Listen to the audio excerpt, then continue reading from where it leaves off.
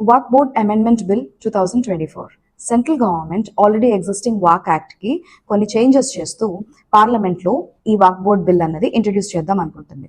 Now అసలు walk board అంటే ఏంటి, ఏ రిలీజన్ కి సంబంధించింది అంటే వాక్ బోర్డ్ ఇస్లామిక్ రిలీజన్ కి సంబంధించింది. వాక్ బోర్డ్ ఏమేమి యాక్టివిటీస్ చేస్తుంది? వాక్ బోర్డు వాక్ ప్రాపర్టీస్ ని గవర్న్ చేస్తుంది, దానికి తగిన రూల్స్ ని గవర్న్ చేస్తుంది అనమాట. అయితే ఇక్కడ వాక్ ప్రాపర్టీ అంటే ఎనీ ప్రాపర్టీ, మూవబుల్ కానీ ఇమ్మూవబుల్ కానీ, అవి రిలీజియస్ పర్పస్ కి కానీ లేకపోతే చారిటబుల్ పర్పస్ కి కానీ ఎవరన్నా డొనేట్ చేస్తే ఆ ప్రాపర్టీస్ ని వాక్ ప్రాపర్టీస్ అంటాం. సో ఆ వాక్ ప్రాపర్టీస్ అన్ని వాక్ బోర్డ్ అండర్ లో ఉంటాయి.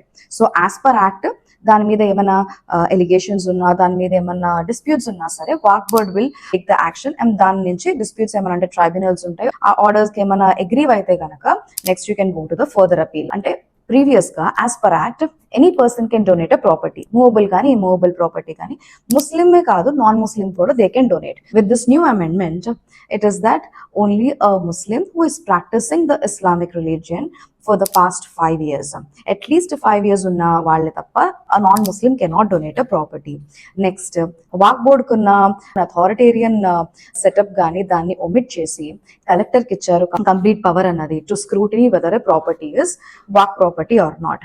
థర్డ్ వచ్చేసి వాక్ బోర్డ్ లో బోర్డ్ మెంబర్స్ ఓన్లీ ముస్లిమ్సే ఉన్నారు as per the act. But whereas ఈ న్యూ అమెండ్మెంట్ చేంజ్ ఏం తీసుకొచ్చారంటే నెక్స్ట్ ఆడిటింగ్ కి కూడా central government also can audit over the walk properties అనేసి ఇచ్చారు. ల్యాండ్ ఇష్యూ అంటే ల్యాండ్ అనేది మనకి కాన్స్టిట్యూషన్ లో అది state subject.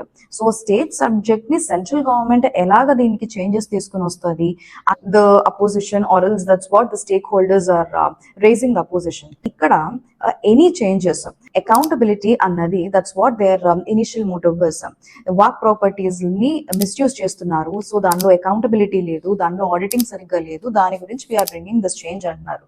But this accountability should not infringe the constitutional right of any minorities.